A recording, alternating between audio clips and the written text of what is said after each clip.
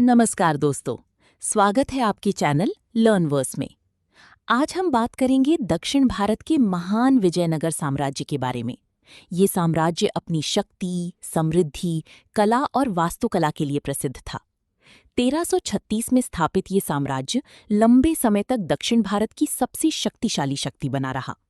इस डॉक्यूमेंट्री में हम विजयनगर साम्राज्य के संस्थापक, प्रशासन, संस्कृति, युद्धों और इसके पतन के बारे में विस्तार से जानेंगे। विजयनगर साम्राज्य की स्थापना 1336 में हरिहर और बुक्का ने की थी।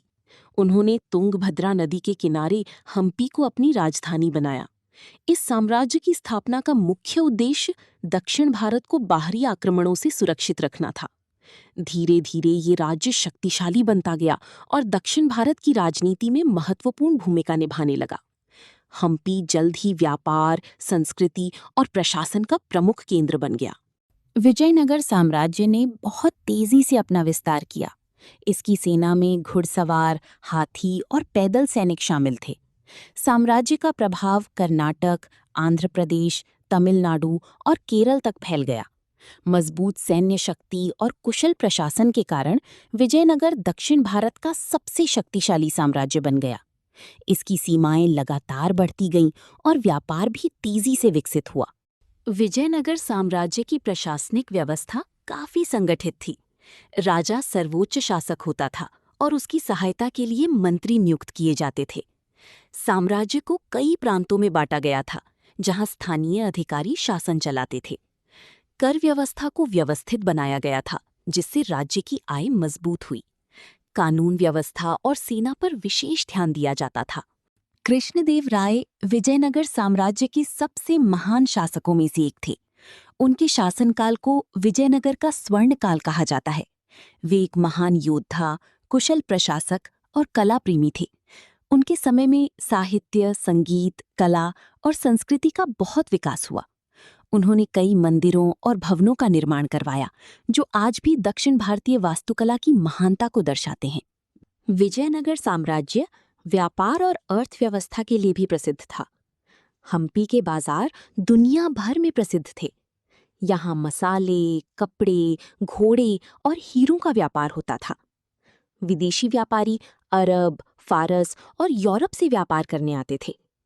मजबूत व्यापार व्यवस्था के कारण विजयनगर साम्राज्य आर्थिक रूप से बहुत समृद्ध बन गया।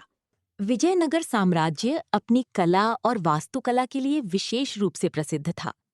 हम्पी के मंदिर, पत्थरों से बने रथ और विशाल स्तंभ आज भी इसकी महानता को दर्शाते हैं। द्रविड़ शैली की वास्तुकला इस साम्राज्य की प्रमुख पहचान थी। मंदिरों की दीवारों पर सुंदर नक्काशी और मूर्तियां बनाई गई थीं, जो भारतीय कला का अद्भुत उदाहरण है। 1565 में तालीकोटा का युद्ध विजयनगर साम्राज्य के इतिहास का सबसे महत्वपूर्ण युद्ध बना। इस युद्ध में दक्कन सल्तनतों की संयुक्त सेना ने विजयनगर पर हमला किया। भीषण युद्ध के बाद विजयनगर सेना पराजित हो गई। इसके बाद हम्पी शहर को भारी नुकसान पहुंचाया गया, जिससे साम्राज्य की शक्ति कमजोर होने लगी।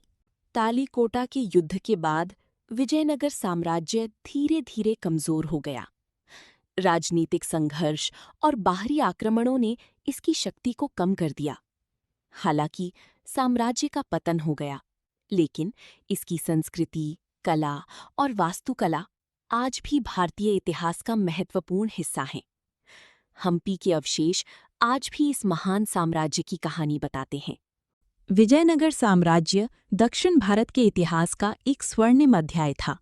इस साम्राज्य ने कला, संस्कृति, व्यापार और प्रशासन में महान योगदान दिया।